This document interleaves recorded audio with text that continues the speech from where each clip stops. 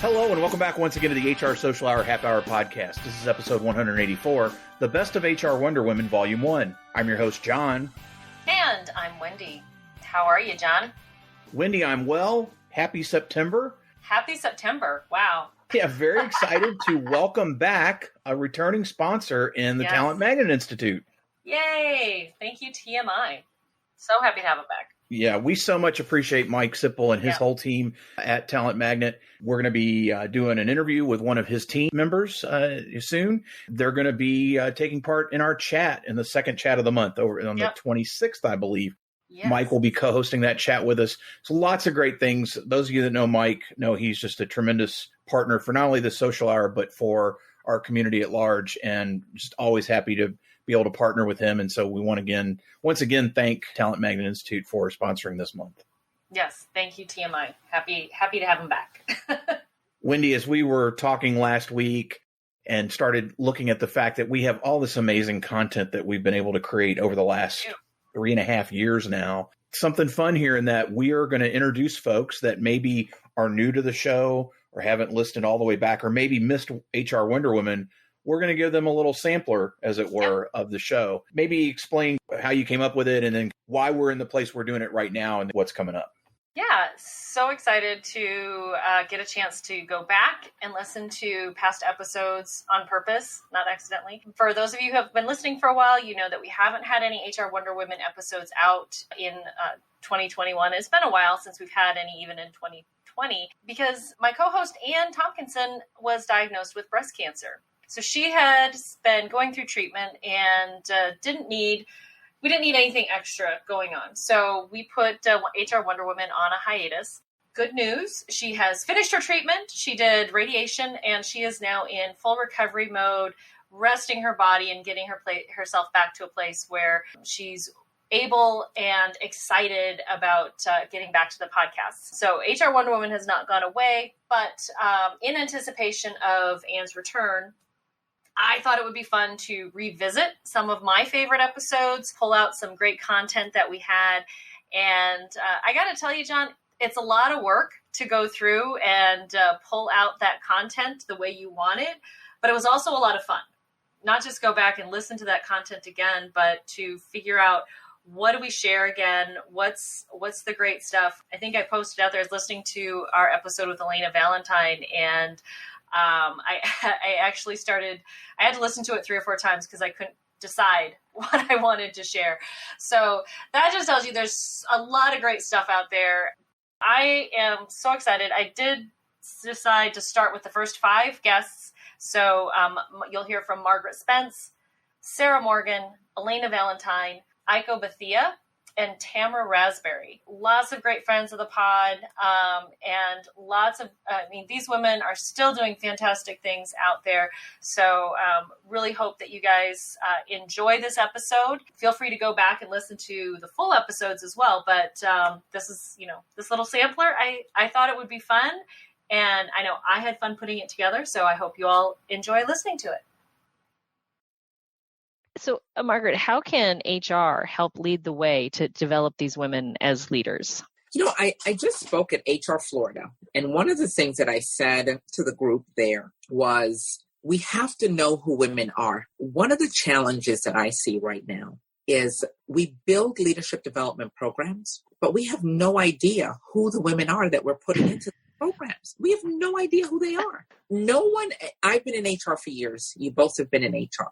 How many times has any HR leader sat down with a group of women and said, tell me what you would like us to develop and what would you like us to prepare you for so you're ready for leadership? That question is never asked. We go out, we'll buy canned programs, we'll put them together, we'll have our own meetings, we'll decide what's going to be great within a leadership development program. And as I said at Sherm 18, right now, I can't think of one leadership development program that's written by a woman for women. I can name you dozens of leadership development programs that's written for men that we ask women to go through. And it's two different dichotomies. It's two different worlds. It's two different areas and 2 different developmental tracks. And not that I'm saying that women are so special that we need a special program, because that's what people will hear. That's really not what I'm saying. What I'm saying is this. Korn Ferry released a study that basically said, of the women that have become executives, probably 98% of them never thought about applying for a senior leadership role until someone told them that they were duly qualified for that role. They never applied. Wow. So if that's what I'm dealing with, that's the who, okay? How am I going to develop a program and say, hey, I've got a women's leadership development program. Come on down. How am I going to do that? When the reality is, I don't even feel confident that I can be a leader. Mm-hmm. I don't feel confident that I can go beyond the supervision. Let's say I've been promoted to supervisor, but I may never even think I could become executive director, or I could become division president. If I can't move off of the first promotion and feel so good about myself that I'm capable, and you've built a program that I'm supposed to go into and excel, how does that happen? It doesn't happen. So the key for me is getting HR to understand that the question we must ask is, who are the women that work for us? What do they want for their career? And what was the vision that that woman had at the door? Because this is the thing. When we applied for the jobs that we have right now, we had lofty ideas in our head about where this job could take us. We had all kinds of thoughts when we got hired. Oh my gosh, I'm going to go work for XYZ company. And I could see myself being, division president in 2 years. Then we get to work, we start our jobs. 5 years later, the original thought that we had in our head when we got to the door is gone.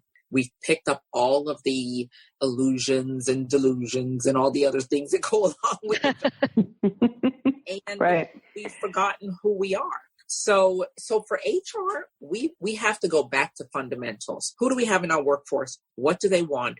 Where do we want to see them? How are we going to champion them? What is the process to get them there? And what's the missing component, including the soft skills?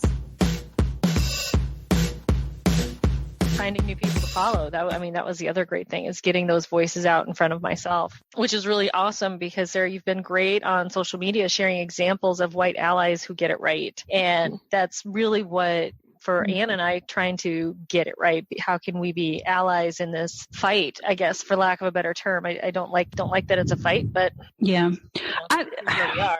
Yeah. First I say I really appreciate you acknowledging that. I share stuff a lot of times on Twitter and LinkedIn and Facebook, and I don't know that I necessarily start out with the highest intent. It really is. No, it's the petty side of me that's like, this stuff is not that hard. Like, look at this company, or look at this person who is doing diversity and inclusion in a really intentional way and not making it difficult. They're not having difficulty finding the people and figuring out how to incorporate them, because I think sometimes we make it seem like it's so hard, and it's not when you're intentional about it. I share stuff, and sometimes I don't always think that I'm sharing it, trying to highlight those things, but I'm glad that it's being received that way. And it was a call, like hearing you guys say that is a call to me to keep doing it and to do it more. But I think in terms of being an ally, it really is about committing to educate yourself about these issues and learning to listen more than you talk.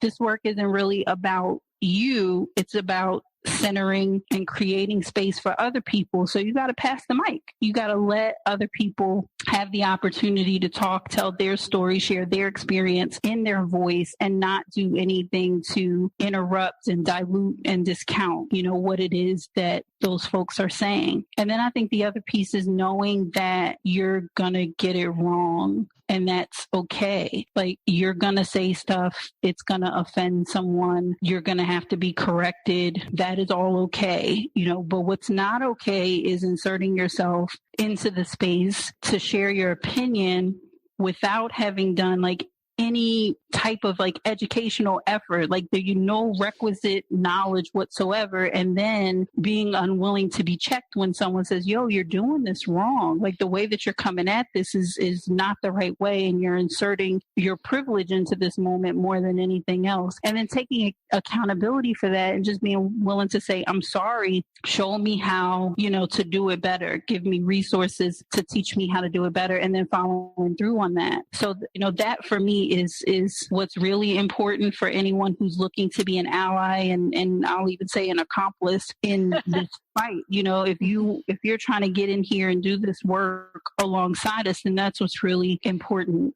As with Black Blogs Matter, I found so many people who wrote stuff, but then didn't really read and reshare other people's stuff. And it's like, this wasn't for white people. And I don't say that to be like divisive or offensive, but like, this is not about you. Like, this is about centering voices that don't typically have the opportunity to be, heard on a larger platform. So when you insert yourself and your, huge following to say, this is a really important thing, but then you don't follow that up with support of the other people who are in the space, you doing it wrong. It's good intentions, but it's wrong actions. If we're not willing to hear that feedback, and then do the work it takes to correct it, I would just much rather see people step out the space altogether than to come in here and muck it up. I didn't start out blogging and speaking because I wanted to be a diversity and inclusion advocate at all.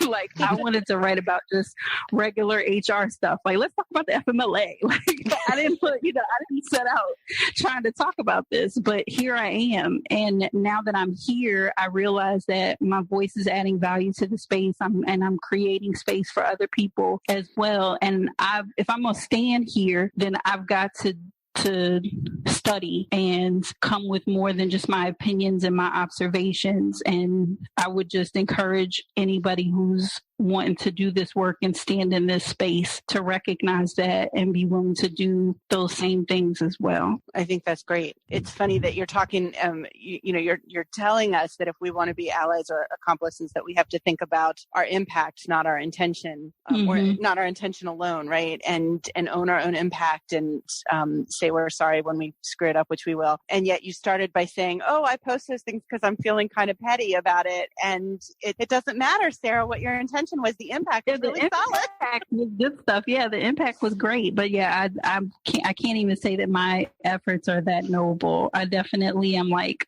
see, like here, because you guys are both really active on social media and in a lot of the other HR spaces on LinkedIn and Facebook and stuff like that. You go to conferences, and you see the conversations that happen and how difficult, we make this seem. And we do it to people of color. We do it to women.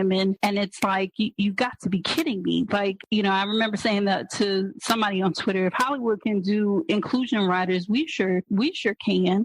Like, how are we making this so difficult to figure out? It's not that difficult when you're committed to it. But when you just want to give lip service to get some residual hits on your blog by popping onto a hashtag that's really popular, then yeah, it's going to be hard because your heart's not in the right place. You don't have the right intentions and the impact isn't going to have the impact that you want it to. So I think it goes back to intentionality and being willing to be uncomfortable and educate yourself about something that is unfamiliar and really uncomfortable for you in order to, go forth and do work and make space for other people. We all have a limited shelf life in this. None of us are planning to work forever. I know I don't. So at some point, it's a succession plan, and you want to make sure that your plan includes a diverse group of voices. When you hang it up and you decide, I'm not blogging anymore, I'm not speaking anymore, are you just going to pass off your following, your contacts, your network to people who just look like you? Mm-hmm. I hope not. But, I certainly don't want that to be the case for myself. I want it to be to qualify people who have something to say that's going to add value into the space. I don't care what they look like. And I just don't know that everybody comes to it with that same intention. But, I hope so. I hope that if there really is commitment to this space and this work that we're doing right now, that people take some time and read some different things and just take some time to educate themselves about it and just be willing to be uncomfortable and shut up and let somebody else talk for once. So absolutely.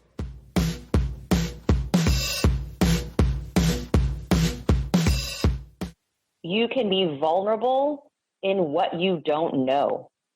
Yeah. I think so much of the discomfort that we have around diversity and inclusion in other topics is this feeling of like, either one, we don't know this well enough, so we can't share it and we don't want to say the wrong thing. I think it's also that, to talk about this means that we also have to talk about the privileges that we come into these conversations with. And that is very, very hard for people to do. Yes. The third is that we are not the center of the conversation. I think, people like Beto, if we think about other kind of leaders in our HR space, people can do this. It's just kind of acknowledging those three things, being very comfortable with that. And oftentimes the best thing you can do is be a vulnerable leader to say, look, I don't know what I don't know, but I am here to foster space, to listen, to get comfortable with being uncomfortable, and bringing in people who can lead this work, who I can invest in and stand by in doing so.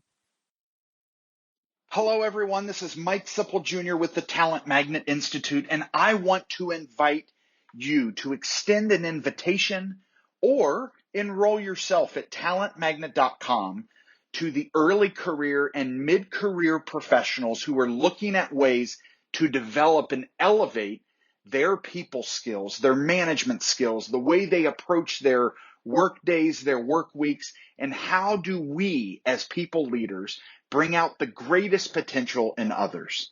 Go to talentmagnet.com, enroll, and we look forward to seeing you in this free leadership development course today. So moving back into our scripted question. Last year, you wrote a 2-part article on the 6 traits of a good D&I leader. So let's talk about that a little bit more. Most businesses are struggling. What are some small changes that businesses can make to get those small wins that will then lead to bigger wins? So I will tell you that the default way that lots of organizations do this is they look at their talent acquisition map and they figure out how do we get more of this, more of that, more, actually commodifying people. And how do I get a higher percentage of women, higher percentage of Black, Asian, what have you. And that's how I think that most organizations see it, as low-hanging fruit and just upping their numbers. But the danger in doing that is that you're not thinking about the diversity and inclusion. So you're thinking about representation, but you're not thinking about how do you create this environment where people are there and want to be there and they're fully seen and appreciated and they can thrive. So I want to acknowledge how people traditionally do it. But when you think about long-term lasting effects and having sustainable practice of diversity and inclusion, which is what you want, you don't want to just have a diverse set of people who look different from every group. You want to be able to capitalize on what those different experiences are, who they are, and what they're bringing to work, and also creating an environment where there's more rigor in thought because people have these different experiences. But you only get that when you have the inclusion part, which is that people feel they belong enough where they can actually have a voice of dissent and not feel like there would be any punitive retaliation, be able to not only have a voice of dissent, but bring in experiences that might not be the norm or traditional way of seeing things. And so I always think about this as this equation, like the D plus the I equals the other I, which is innovation. So you want to make sure that you have this not only diversity and representation, but in an environment where people are leaning in with each other, they're collaborating, and they're bringing their full brain power and their full life experiences to the table. So when you want that inclusion part, there's a different depth of work that has to be done in an organization. And this shows up in different ways. One core part of that is when you think about internal education. So you're building the cultural competency of your organization, and this is part of your muscle. There are lots of different ways to do this. Now, again, I think about things in terms of best practices. compared to what's commonly done. And oftentimes you see at a lot of organizations that they have, let's have unconscious bias or implicit bias training, or let's have something on LGBT issues, but there are these categories also, what's shiny and new, versus thinking about diversity inclusion as a core leadership competency. So if you think of that as a core leadership competency, it's not segregated into this other category, which often is marginalized. Nobody wants to go to the diversity and inclusion training. But if you think same skills that it takes to talk about a topic that you're uncomfortable with, say you're not familiar with race or gender issues or LGBT plus issues, you're not wanting to go to the diversity and inclusion class necessarily. But if you're a leader in an organization, or if you're somebody who wants to be able to be challenged and connect with your organization and have an environment that thrives, then you're going to want to build that muscle. And there's simple ways to do that. It's a leadership competency. So again, when I think about what our internal education strategy looks like, it includes, for example, crucial conversations.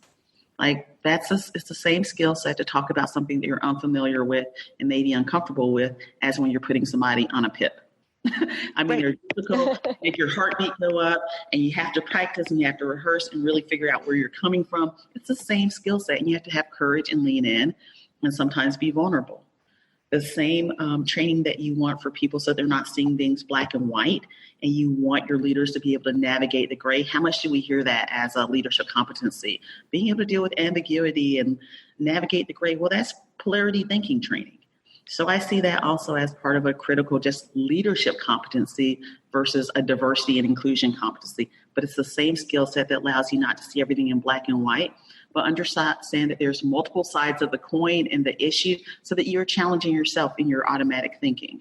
So again, I go back to what organizations should be doing in terms of retraining themselves and retooling their culture in a way that it can be more successful for people to thrive in versus thinking we're just going to amp our numbers up. And even though people are leaving, perhaps because they feel like they don't belong here or because the organization doesn't know how to invite people in, okay, it's like this revolving circle. And now we have to hire more again while the other go out, or you end up having other issues where people just feel stifled because they don't understand how to talk to each other and connect. And you end up having a segregated workforce to a certain extent.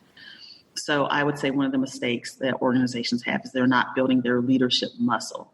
They're focusing on this thing called diversity and inclusion, but not recognizing that it just fits into the full picture of having an innovative organization and one that's thriving. And then the outcome of that is that more people from different identity groups will want to be there because they're leaders and knows how to communicate, how to invite people in, and best of all, they know how to exercise a degree of self-awareness and emotional intelligence where they're checking themselves on things and how they engage with people versus waiting for just more people to be hired who look different. And I think that that's a completely different approach. It's longer term.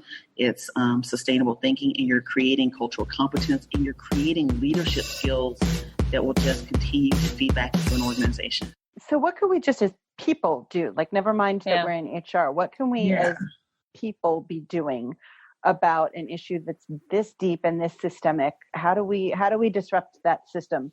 I think it really comes down to talking about it, because I know that there are a lot of things that happen to people of color that a lot of non-people of color aren't aware of. And it's not that they're okay with it or they would think it was right. It's that they just don't realize that it happens. So the more that we share these stories and, talk about it, whether it's with our peers, our colleagues on social media, et cetera, then people will know that it's happening. And when people know that it's happening, it makes it easier to address. But it still has to be addressed kind of from a top level down. It has to be addressed in your medical schools. It has to be addressed in your hospitals, et cetera. But I think it's important that we're all aware that these types of things are going on and are not just like burying our head in the sand and feeling like it doesn't happen because it's not happening to you. Awareness is so huge. So, well, actually, it kind of leads us into the next question, but because I think it's beyond health disparities, right?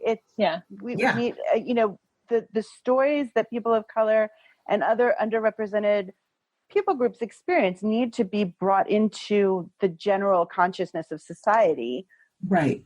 and believed, and then treated as the wrong reality that exists if it's ever going to change. So, it's important that all kinds of stories get shared, and health disparities are one of those. Exactly. I also think it's important to make sure that when we were talking about safe spaces before in regards to like addressing mental illness, safe spaces in general, because I feel like one thing that a lot of organizations make a huge mistake in is feeling that things that are happening to people outside of the workplace shut off as soon as they cross the threshold of work. Mm-hmm. And it doesn't. So we have to make it so that our employees can feel comfortable talking about, discrimination, things that are happening with the police, things that are happening in the legal system, the medical system, all these types of things, because these things impact us as people. Right. Employees are people. They're not just employees. So these things don't turn off when we come through the door of the office. Well, because we get, I think, so focused on the areas that we can control that we forget that people come in with all sorts of stuff that maybe we can't control, but we have to acknowledge and understand that it's part of, the whole idea that we want people to bring their full authentic selves to work. Yeah. We have to understand that their full authentic selves has a whole life outside of the building. Mm-hmm. Exactly. Like if I get pulled over by the cops and I'm scared for my life and this happens on my way to work, that's going to affect how I am at work the rest of the day. Wendy, it is a lot of fun to be able to go back and listen. And we've done so many hours of recordings. It's hard to remember. I have to give you a lot of credit for simply going back and listening enough to find the nuggets of wisdom, the great, the great advice and insights that everyone was able to share. We're going to have links to all those guests of HR Wonder Woman in the show notes. For us, though, and as for you, best way for listeners to reach you out there. Best way is, as always, on my blog, mydailyjourney.com. Daily, D as in dog, AILEY. And of course, second and fourth Sunday of each month, you will find me on Twitter as part of our twice monthly Twitter chat. How about you, John? Once again, want to welcome back our friends at Talent Magnet Institute for the month of September. Thank you for sponsoring this episode and the entire month. More great things to come with them over the next many weeks. And as for me, johnthurman.com for all things John Thurman, and for the show, HR Social Hour Podcast.podbean.com. Listen, share, review. Go back and listen to those HR Wonder Women episodes in total. Get even more great information out of them and share those along the way. The best thing you can do to help us is hit that follow button so you get the new content each week, but you can always go back and find those older episodes that you may have missed along the way. International listeners, would love to have you take part in the conversations as we go along. It's always easier for you to get a hold of us, so please continue to reach out, and we will schedule times as best we can, make those time zones work for us. Wendy, thanks again for putting this together. Yeah. It's great. We're pulling for Ann. We're certainly thinking about her and really glad that she is on the mend. Look forward to new content soon. Yes. Really excited to look forward to that. In the meantime, though, and for the HR Social Hour Half Hour Podcast, I'm John. And I'm Wendy. And as always, be sure to connect, give back, and network. Network. Take care, everybody. We'll see you soon.